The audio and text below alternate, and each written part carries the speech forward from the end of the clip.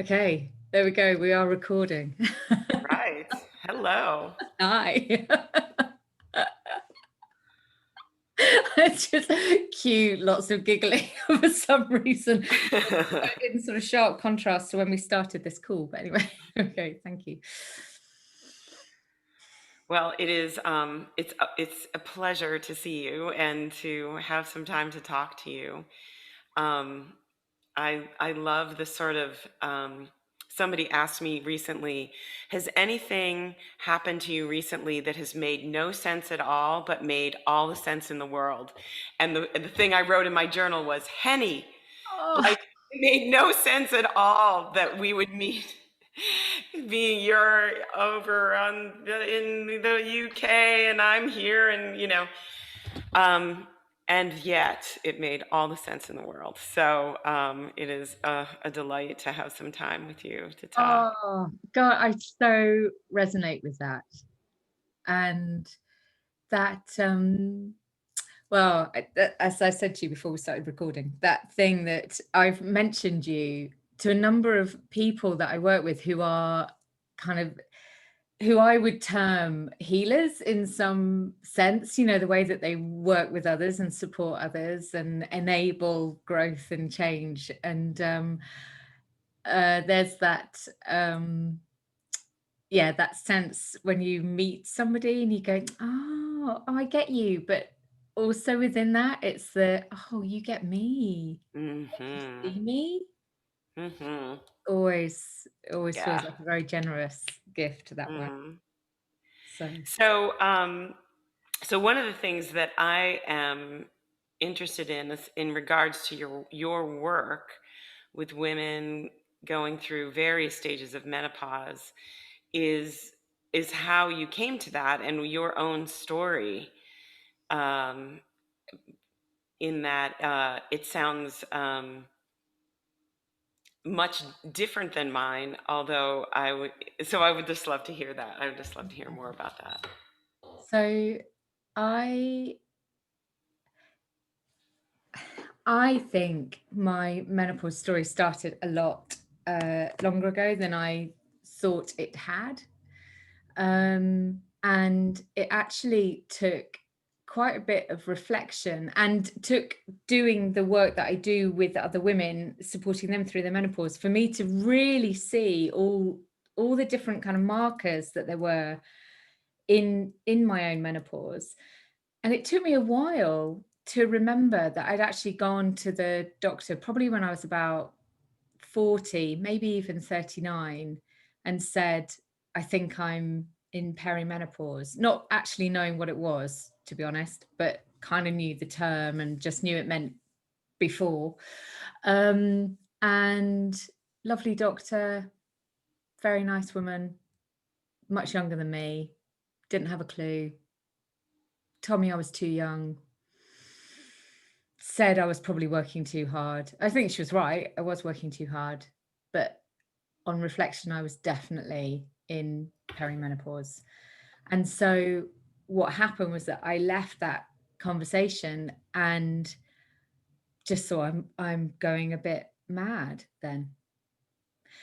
And do you know what, Susan? Something I hadn't reflected on until quite recently is I had an experience when I was at university where I was really ill and kept going back to the doctor and saying, "There's something wrong. I don't know what's wrong."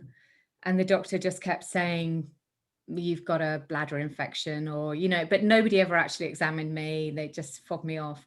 And I ended up dropping out of university for a year because I was so unwell. And I think systemically, I had a repeated pattern of that I was talking to doctors but not getting any response.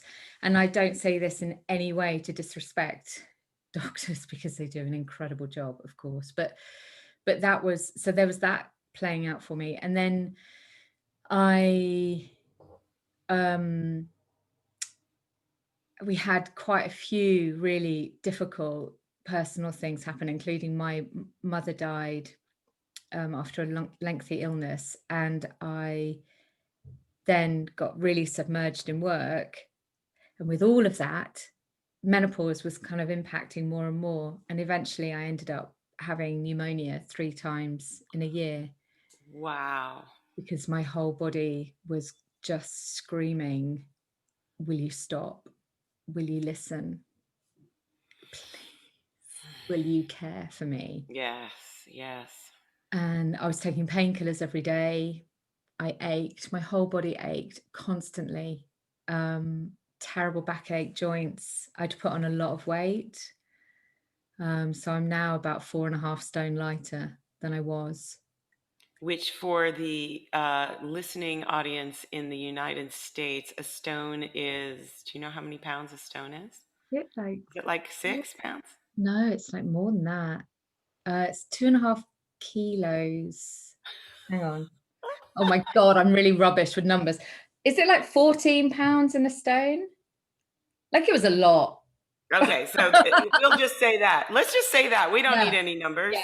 I put Yeah. on a lot of weight, without knowing why. Yeah. And the third bout of pneumonia, I nearly died. I mean, it really ended up in hospital, isolation suite, had sepsis, another bug that was trying to shut down all my internal organs and everything. It was awful. And you know what? I was in hospital with my work phone answering emails, and Wow. so Right. And so this is something so huge, this issue of listening to the language of the body, listening to the wisdom of the body, which we are so trained to ignore. And that you were doing exactly what we're trained to do, which is to soldier through and push over and buck up. Yeah. Stiff upper lip, what? oh yes, absolutely. I mean, being British, obviously very good at doing stiff upper lip. And also concealing and suppressing and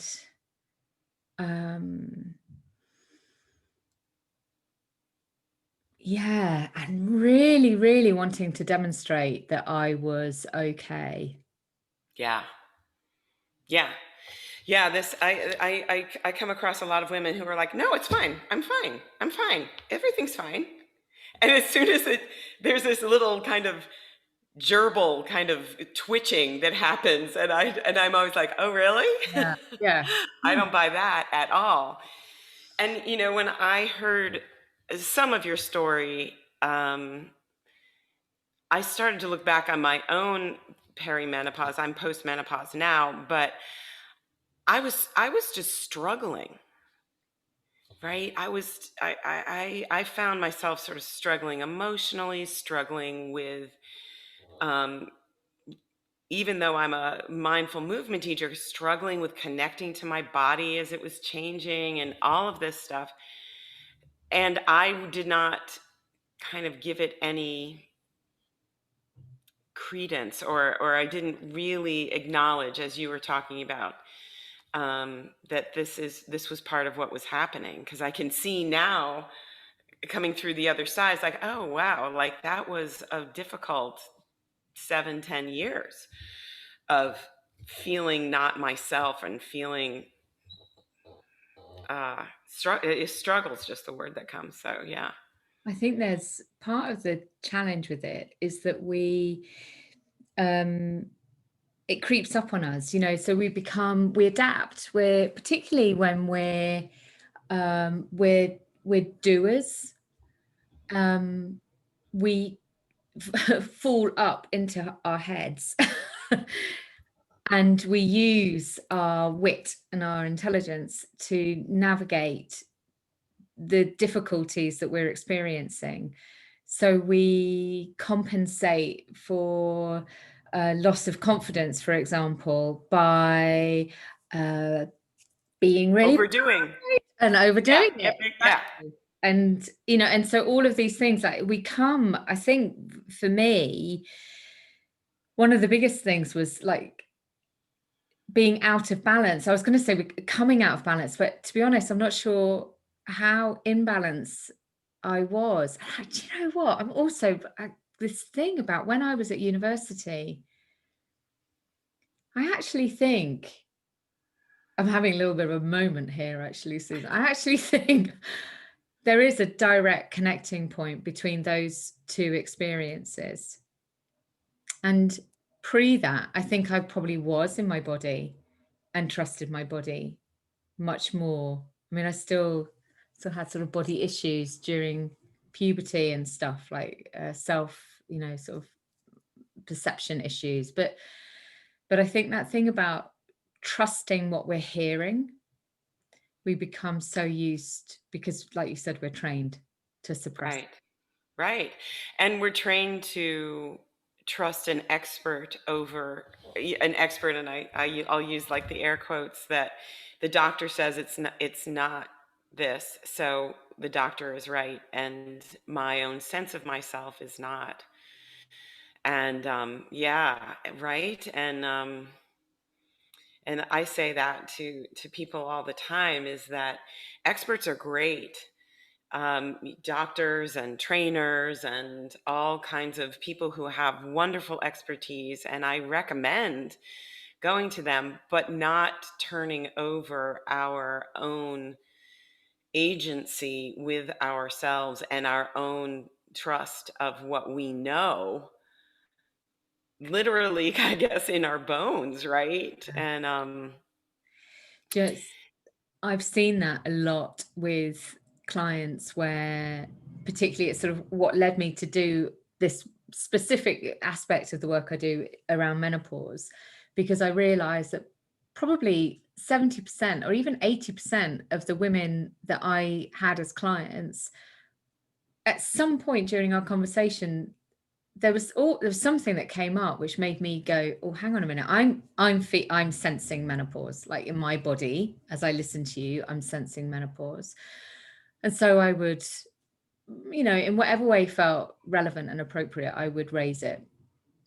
And so often the response was, to your point, I went to the doctor, I was told I was too young, or my hormone levels were okay when they tested them, so it's right, definitely not that. And then I have learned to trust my own body, both in response to myself and the people that I work with, and just say, if you're feeling something, you're feeling it. It's right. it's not in someone else's hands to tell you it's not That's right. good. Yes, that is so right. And it's amazing how deeply entrenched those um, those habits or those tendencies are, even with highly accomplished, maybe even particularly with highly accomplished, highly intelligent, highly effective women, that that there is really this long held pattern of distrust, or I must be wrong. I must be wrong somehow, that it's not what I think, or it's not what I feel, more to the point. And I think you're right. I love your point about adaptability, that and I think we're seeing this so much now.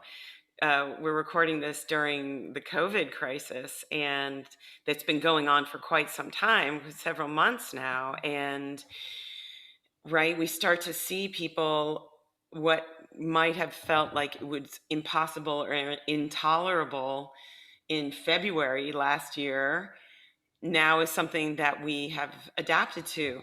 And in my experience, adaptability is one of a human being's greatest gifts and greatest downfalls, right? It's like we are so adaptable, and that's what allows us to survive, and in times it allows us to thrive. And yet it's the incremental adaptability that then suddenly we find ourselves so far off course. Like, how did I end up here? And yeah, it's like one little choice and one little adaptation at a time, right? Yeah.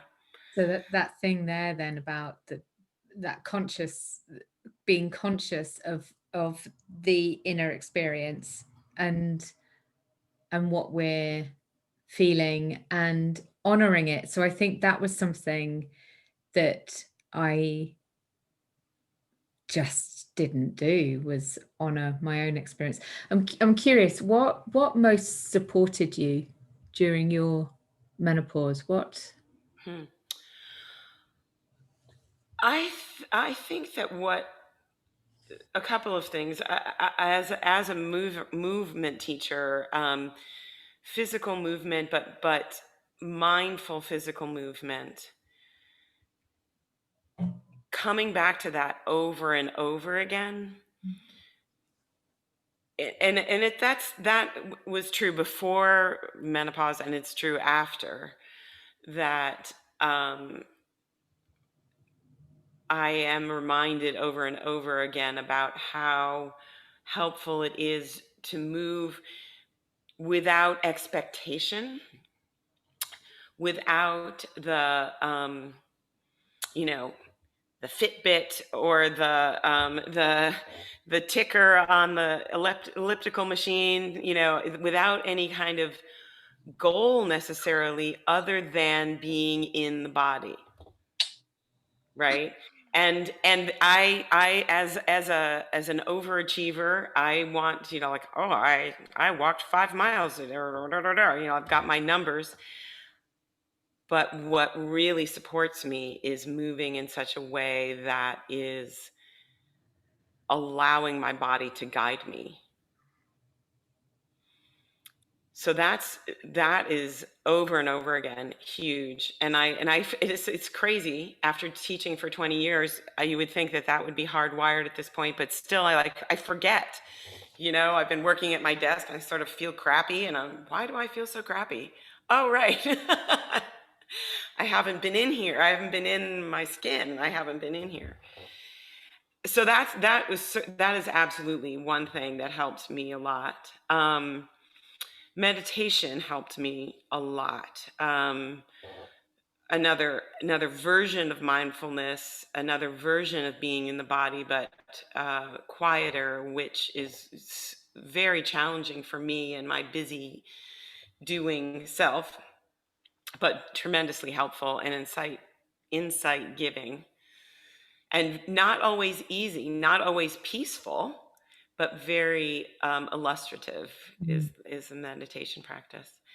And I would say the third thing that helped me the most was asking for help. Is not isolating myself, not thinking I had to do it all on my own, not shoving it down or pretending it wasn't happening, not stiff upper lipping it, right? And all three of those things, they're all challenging to do, but they were definitely the things that helped me the most. Yeah. Reaching out, one of the things that I've written about is, well, writing was one thing that really Right. helped me. Yeah. So journaling and writing, but one of the things was being willing to accept and listen to and be open to the support of others actually enabled me to listen to and accept and be open to the support that I could bring myself. Mm-hmm. I definitely felt there was this correlation between like an external and an internal opening. Because there's something about that, when we're closed and we're holding ourselves stiff. And there was a word that my husband used about me, which was brittle, that I'd become brittle. And that's one of my trigger points that I observe in others. Often the thing that we've experienced is the thing that we are able to support others with. So yeah, getting support and also learning became a really big thing for me as well. Expanding my knowledge, and because I felt as though I was losing connection with my brain. I felt like I'd lost words, lost confidence, had lost clarity of thought, but actually finding purpose and then learning around that was really useful too. And I'm sure Yeah, there's a correlation there. sure. And for me, one of the things that I really love to do is connect my intellectual or curiosity exploration with an embodied experience, right? So so for example, you were talking about rigidity. And we know from the body, if the body is rigid or brittle, Well, there's it something will going break. on with the mic. Oh, there we go. Hang on. Oh, Go back. Say that again about if the body. okay. So we know from the body that if it is being held rigidly or in a brittle way, that it's very it's it's it's susceptible to breaking. And if it's over flexible, if it's hyper flexible, like I can do anything, it's also very susceptible to injury and being harmed. And so what I love to do is, as I learn things in my mind, in my intellect, to then say, well, what does that feel like in the body? So what does it feel like to move in a brittle way or in a hyper flexible way? What does it feel like? And what does it feel like to find a place of connection? That's one of the words you used, right? Is what does it feel like to move in a way that feels with clarity? And for me, these are two essential sides of our own embodiment of our experience and our own trust of our own bodies and our own minds and our own experience, right? And our culture is so enamored with the information, right? We have this idea that if we have the information and we're good to go. We got the information.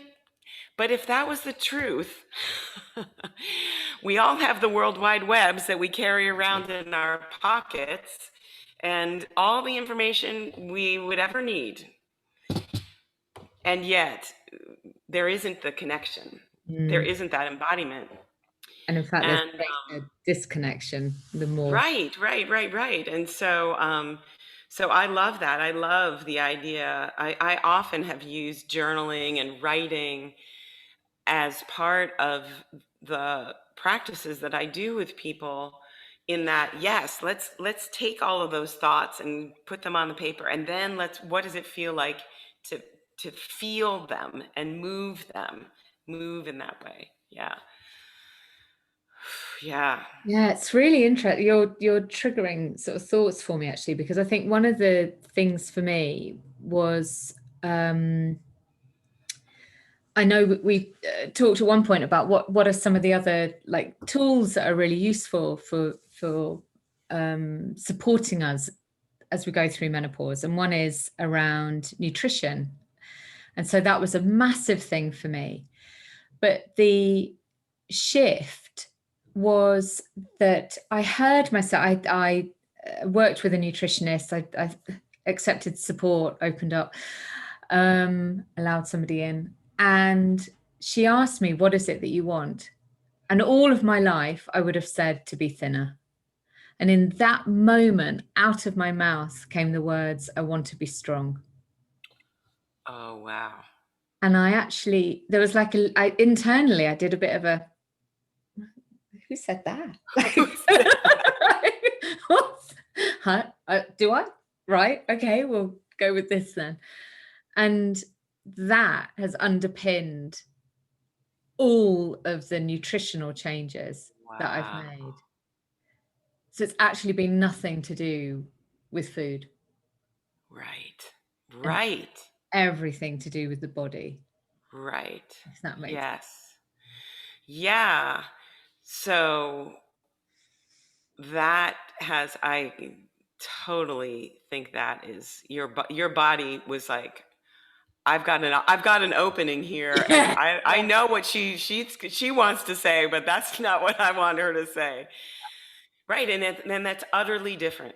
yeah. That is an utterly different answer, and instead of taking up less space, right? Instead of shrinking, yeah, holding space and being able to hold yourself and others and having that kind of strength. And again, you know, I think that we are often trained that strong means hard, Mm. like tough. But we know from the body that real strength, true strength, is soft and pliable and adaptable and all of that. Yeah. And I think nutrition is such a great example. Like movement, we all need it, and we all can get information about it, and we have to listen to what our unique bodies and selves really thrives with. Mm. You know, what feels really good, what feels good before, during, and after, you know. And I also realized, as an outcome uh of actually listening to the nutritionist, because that's the other thing that is, particularly when we're used to being right, very, very easy to get the advice and then go, yeah, I'm not sure, because you don't actually know me that well. I think I know myself, actually. And then still being led by that fear or the ego or the whatever the interesting. stories. And so I actually decided I would listen to this woman who was an expert and did know what she was talking about. And I decided to trust her. And trust is a really major word, I think. Mm-hmm. And where I came to, my shorthand for everything that I ended up doing was that I chose to eat food that loves me. And it Mm-hmm. became really simple. And I could easily make a discerning, love-based choice, not a rejecting denial of something. Restriction. Yeah. Yeah, restriction, but a love-based, oh, well, that's something that loves me. So I'll eat that. And so, what did that, in a really practical way, what did that look like? Does that mean that you would be looking at the food in your refrigerator and say, uh, just getting an intuitive feeling, or how did you make those choices on a day-to-day basis? So there were things that she recommended to me because of my physiology and because of the symptoms that I had. It's really interesting, actually, because I don't think we talked about menopause when I had the conversation with her, but I know now that so many of what she was observing in me was actually to do with menopause. And I will go back and check with her whether it was something that she consciously clocked or just intuitively knew. But anyway, but things like the aching joints, really foggy head. She went in and was sort of saying, okay, so when does this happen? When is it worse? When is it better? And she identified that gluten was really not serving me. Cow dairy was not serving me. Sugar, no big surprises, was not serving me. And also I've been vegetarian for 30 years, so have had like a long reliance on pasta and rice and potatoes, not serving me. Mm-hmm. Mm-hmm. Because my whole body, because we come into menopause and our physiology, it's not just our hormones, and it's everything shifts, like our energy shifts, our our willingness to compromise shifts, you know, like everything changes. And Yes. so just going, okay, well, that's changed. It's not like a mourning of like, I can't have pasta anymore, you know, which I could have done. I could have done that. But instead I just went, it doesn't love me anymore. Right. I'm sorry, pasta. Like, you know, our relationship, it's not you. Actually, it is you. You just don't love me enough. So I'm moving Yes. away. It's You actually, used to love me. You used to love me, but our yeah, relationship has shifted. our relationship has shifted. And actually that's a really beautiful, it's like boundaries, isn't it? How we build boundaries Exactly. with people, with behaviors. We can build them with food too, in a Exactly. beautiful way. Yeah. I mean, and the same could be said for lots of things. It could be said for movement, right? Mm, That what I did in my 20s and 30s um, really was great. And it doesn't work for me now. The higher impact things, I in some ways do more strength building, but I do it very differently than I did when I was younger, right? Yeah, everything shifts. I like that. Um and I really appreciate what you're saying about trust. It's sort of a both and. It's this paradoxical thing, right? That to find someone an expert that I trust allows me to experiment and then learn to trust myself, right? Yeah, this balance. And instead of sort of just giving over my power to somebody who I have decided knows more than I do and just agency. doing whatever, Mm. or saying, oh, you don't know anything, and pasta it is. Yeah, yeah, which is so, I mean, my God. So one of the questions that I ask clients pretty often, actually, at the beginning of a coaching sort of relationship is, are they willing? Are they willing to make the change? And quite often they'll then spin into the, yeah, yeah, yeah, but I just don't know how. And it's like, well, the how we don't need to worry about. It's just, are you willing? Because when we have that, everything actually is possible. And I think because it's something you said, actually, this thing about in the body where strength is actually softness. And so for me, I think it's where our work meets in this lovely place. Actually, it's a place of softness and gentleness, but in a place of deep power, Yeah. deep connected to self love. Yeah. Yeah. Absolutely.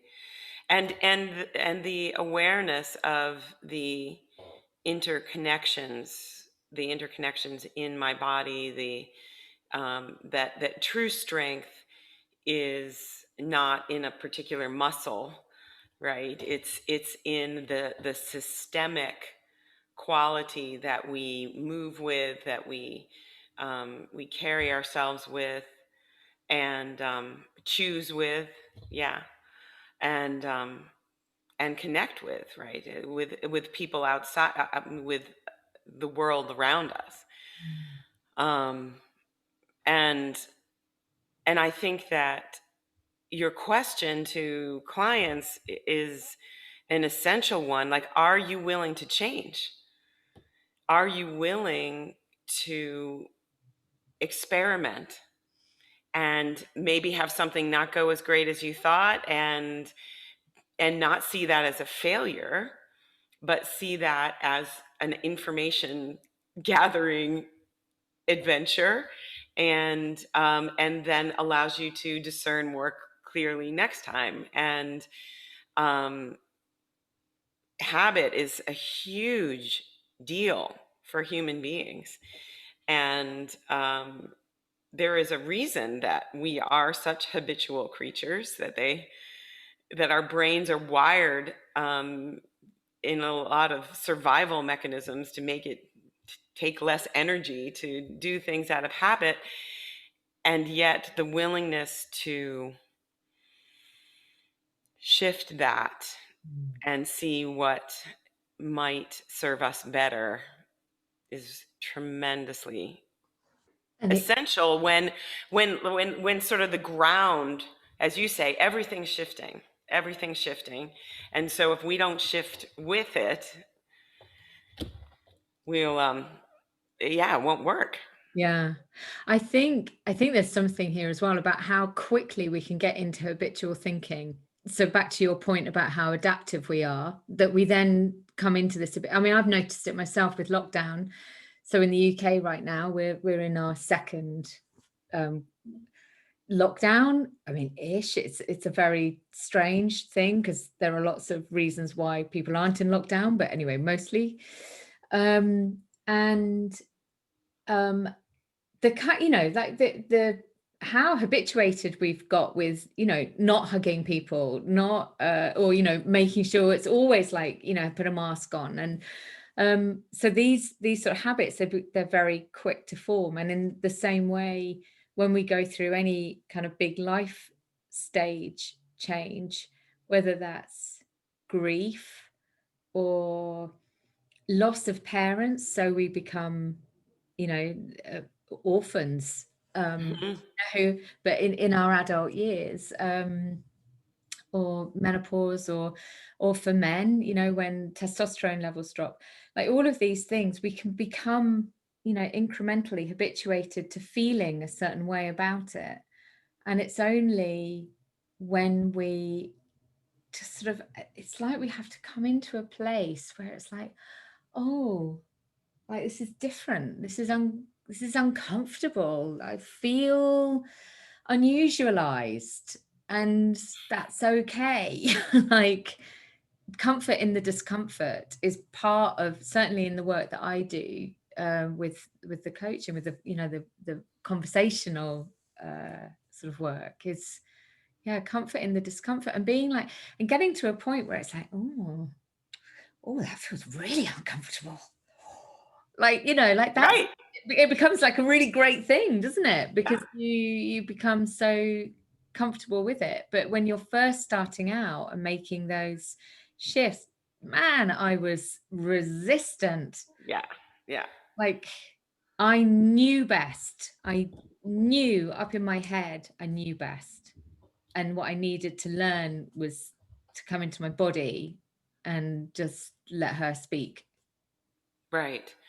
And one of the distinctions I make uh, uh, with my participants often is the distinction between awkwardness and pain. Oh, I love So that. if we talk about movement or habits, something being awkward is great.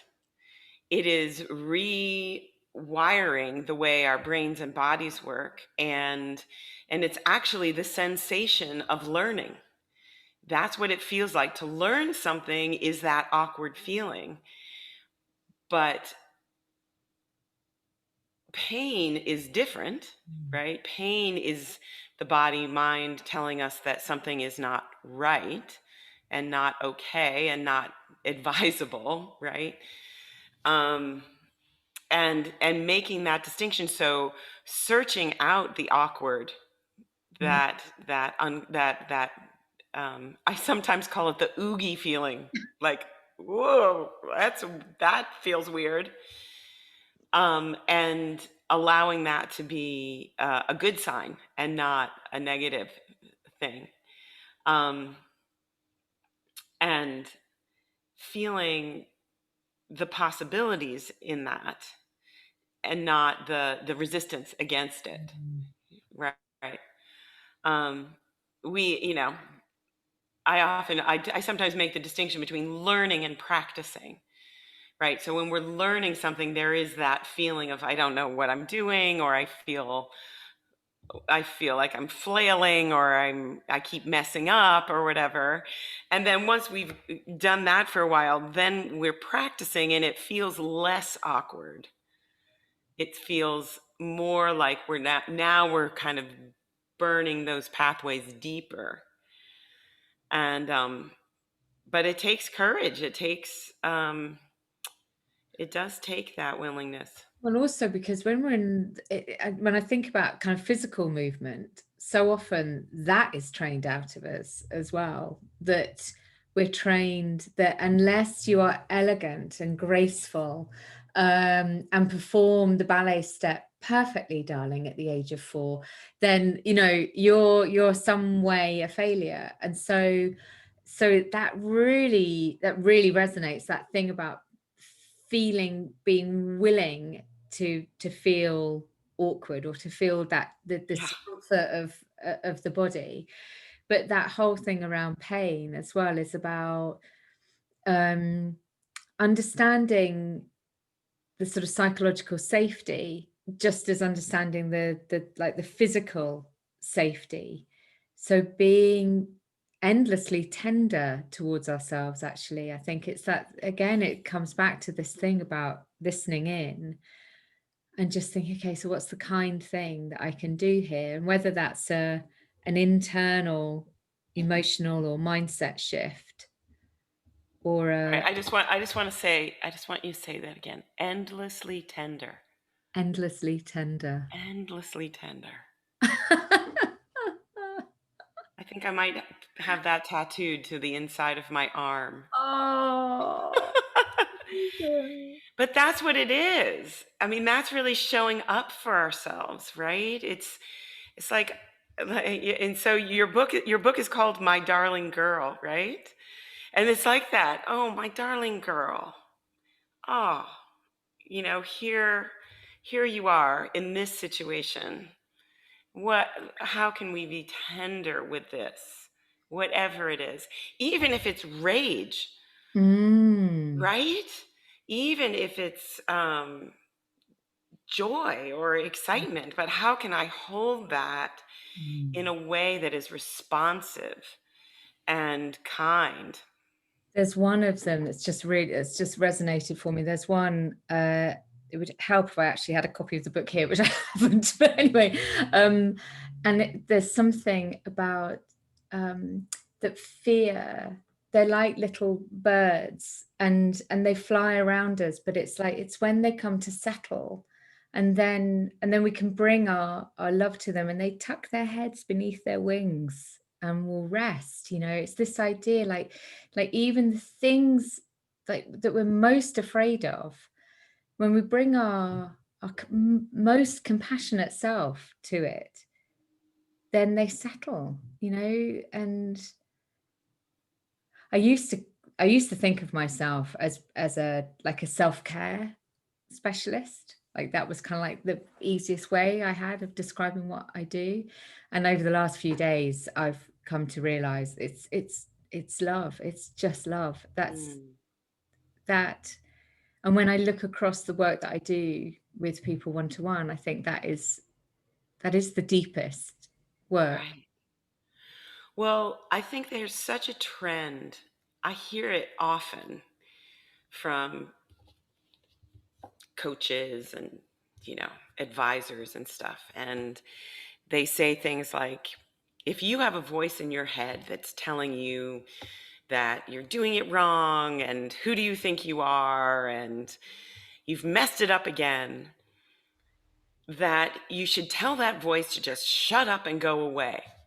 Right? I know. I see your head's exploding. My head Oh. explodes every time I hear somebody say that. And I love this image of the bird. It's like I call that voice in my head, I call her Pointy Girl. Oh, Pointy Girl. Oh, she's so afraid that she's just pointing out in sharp ways. But exactly as you say, if I hold her with tenderness, if I hold that part of me that is so afraid of being criticized or rejected or left out, and that's why she's yelling and screaming and making all the noise. But if I just give her, let her sit on my lap and and hug her, and she settles down, Mm. and she can actually be a tremendous ally. Oh, because that's why she's there. And Exactly. she's there because somewhere down the line, her fierceness, her pointiness, it had a purpose. And these parts of us are tender parts. And I have come to see that any act of aggression internally to any part of us is an act of aggression, Yeah, it's an act of violence. And when we bring something hard up against something hard, you get a bang, you get an explosion, you get a hard outcome. Whereas, I don't know if you've ever done it, but when you mix corn flour, I don't know what do you call it? Cornstarch. We call it cornstarch. With water. Yes. And it becomes a liquid solid. So for me, you bash that cornstarch with the liquid, and it's a hard thing. You rest your hand on it. Sink right in. And Right. there you go. And there you are. It's all about the softness. And it's not it's funny actually. I used to so I have a long corporate career behind me. And one of my favorite sayings, Susan, I'm slightly embarrassed to say, was, if you want something doing, start a fight. Oh my gosh. That was how I gosh. operated. Yeah. Still with a smile on my face. And, and I was never, I tried not to be like horrible, but I had this thing of like, you want something to do, you start a fight. Pointy. Get pointy. Get pointy. Yeah. Get in there, kick it off, throw the grenade. Now let's see what's going to happen. See what happens. Yeah. Yeah. That's how you make change happen, Susan. Holy moly. Holy okay. moly. Yeah. And destruction. Right. And then, so this is what's so interesting is that you and I are both working with women, and we're seeing the differences between feminine power and feminine leadership and feminine showing up and masculine. And I'm actually saying that not about men and women, but about that all of us have both in us. And our culture for freaking centuries, millennia, has put the emphasis on masculine approach. That's the masculine approach, is throwing the grenade and standing back with your arms crossed saying, all right, yeah, I've done some good work here. Yeah. Come on, people. Right. And the feminine way is the opposite of that. Right. One of the things that they're finding about, I'm sure you know about this in the nervous system, that we've all heard about fight and flight when our lizard brain gets triggered. But women, when that fear center gets triggered, one of the things that we do is tend and befriend, is that we make connections. And that is in the body, there is fascia, connective tissue, which early people who were dissecting the human body would slice through it and throw it away. But in fact, it's what holds everything together. It's what makes everything work. Our organs, our bones, our joints, our muscles are all dependent on connective tissue. And that's the feminine energy, is that it's what holds everything together, and in this pliable, beautiful, soft way. It's like mycelium, mycelli? Oh, what's it called? The underground, the interconnectedness. Oh, yes, like mushrooms. Mushrooms. Yes. Mycelli, I think. Yeah. But it's, and how that, yeah, how beautiful that is represented. Right. What It's not, a it's not the surprise. big dramatic, it's not the big dramatic oak tree growing up. It's this network that's underground and life-giving. Yeah.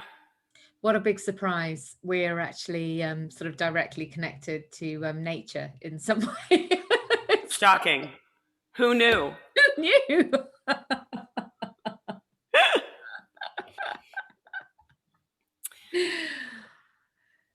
Oh, I So, yeah. so your book is coming out. Is it out now? It comes out at the middle of December, 15th of December. So It's exciting. so So exciting. And where can we get it? so it's through a publisher who's got their own like online bookstore called Okay. shookbop.com. I think it's shookbop. All right. We'll get that But information because yeah, I the other way yeah. around. And yeah, it's felt like the easiest thing I have ever kind of given birth to, if you sort of Mm, mean, in that sense. And yet, when I look back at each one of those pieces of poetry, oh God, what that sort of moment was obviously not easy, but the actual creation of the book has been mm. really flow. Yeah. Right. And That integration of the challenge and the art that came from it, right? Yeah. That's beautiful. That's so exciting. Well, I look forward to that, to that day when that book arrives in my mailbox. Hmm. Oh, so where are we at now? I feel like Yeah, we've wandered about. we've wandered. Yeah, beautiful. I swear there was one thing that we haven't yet talked about, which I thought would be really lovely. I felt her presence a few times during the conversation, and that's the crone. I just feel like maybe we Crone. need to bring the crone in, and perhaps that. Tell me about the crone. Okay, so I used to believe that menopause meant being over the hill, being wizened, being lined, being crooked backed, and in some way diminished in my body.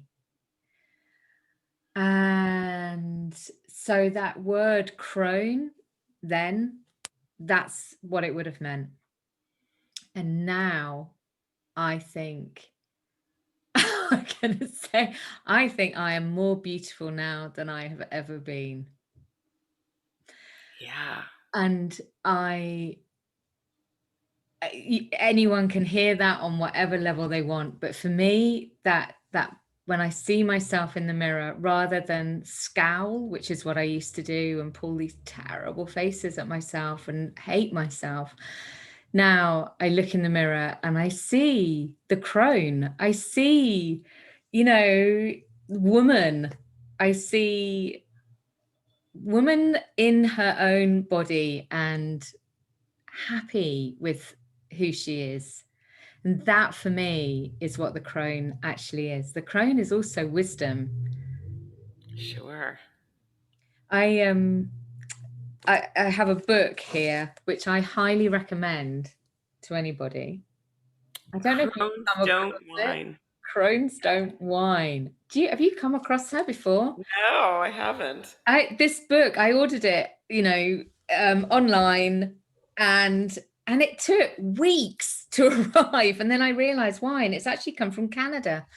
And it is a beautiful articulation of what it is to be a woman in postmenopausal years. So I think the other aspect about menopause as well is not so endings and beginnings are incredibly important. You know, we've touched on endings and beginnings quite a few times through this. But it's also menopause is not simply an ending of our fertile years.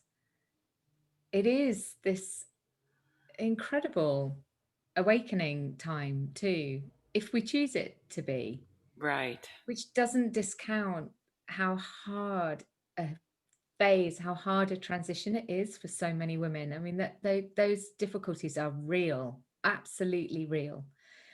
But it's also about remembering that we come through this like the butterfly coming out of the chrysalis, you know, we come through this time into Yeah. the Yeah, the grief of any major shift is real. One of the things that I am noticing about myself is a feeling of being unapologetic. Um, you said something when you were saying that everything is shifting. It's like what we're willing to put up with, what I have been willing to say, oh, it doesn't matter, whatever, you know, finding my own voice, my own boundary, um, with myself and with others is a big part of what I've noticed, and what I sense in myself and in other people who have gone through menopause from that perspective of taking this as not not only a loss, but as a gaining of wisdom, of experience, of what's next, is that feeling of relaxed in my own self, that sense of presence, of that I'm not like trying to get out of the way, and I'm not trying to be too big, you know, like I'm not trying to be overly big, I'm not throwing the grenades. I don't need to start i'm a fight. I'm telling the truth, and trusting, you know, all of that, and that is, yeah, it's very powerful. And I like the idea of shifting our vision of the crone. There's a there. I don't know if you guys did you guys have Bugs Bunny, the cartoons, when you were growing up? Mhm. There was a witch character in Bugs Bunny that was this like sort of combination fat, skinny, just big nose, kinky, what do you call it, like wiry hair. And when she would run across the room, like her hairpins would fly out all over the place. And I remember that was my image of the crone, that I'm going to be both, I'm going to be ugly in all ways. Right? And just, you know, cackling and all of that.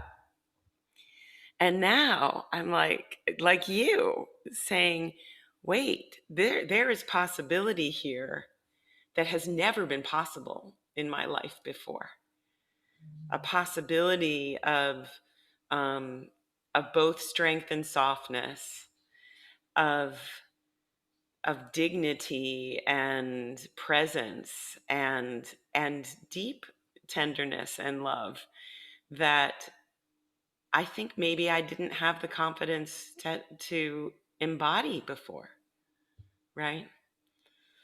That's what I am interested in talking to people about, moving. The word that arises for me there is respect. Mm, Sense of, you know, true, deep respect. And I think if that's one thing that I would have wanted my younger self and my, my menopausal self and my future self to remember is, that, because with respect, actually true respect, there is no hierarchy. Yes. So we respect others in exactly the same way that we respect ourselves, and we respect ourselves in exactly the same way that we respect others. And we also anticipate the respect of others. And that lands us in a really, that thing, that weighted belly place of, I am present, and I am okay, and I am enough, and I'm not too much. And sometimes I might be too much, and that's okay. And sometimes I might be a bit small, and that's okay. But it's like, I'm okay. Yeah. Yeah. Yeah. And it's not something, those aren't qualities that I think come quickly. I find it, or at least for our generation, perhaps younger women will come to those qualities sooner, perhaps. But for me, it feels like I had to live through a certain number of things. I had to live through a certain number of disappointments and grief and excitement and joy, and that's the alchemy of life, right? And so that feeling of presence and respect, I like that too. That non-hierarchical respect is something that's hard won. Yeah. It is. I've just got to try and turn my phone off while it's. I'm so sorry. There we go. You're right. This thing of that respect is hard won, and how it takes time. And so maybe that's the final kind of part of this whole conversation, really, is that we can't rush any of this. I think that's one of the things that I see with clients, where people are, myself included, I know, we're so used to moving from A to B, without going past all the other, well, A to Z, without going past all the other letters of the alphabet. And so often in life it serves as well. But with this, you just need to go, you just need to go through it. Yeah. Yeah. Beautiful. Thank you. Such a joy to talk to you. I could talk to you all day. Okay, me too. I'm curious when we play it back to see the breadth of topics. Yes. Thank you. We traveled many miles. We traveled many miles. Perfect. I'm going to, so I will stop recording now. Okay. Thank you, Susan. It was brilliant. So fun.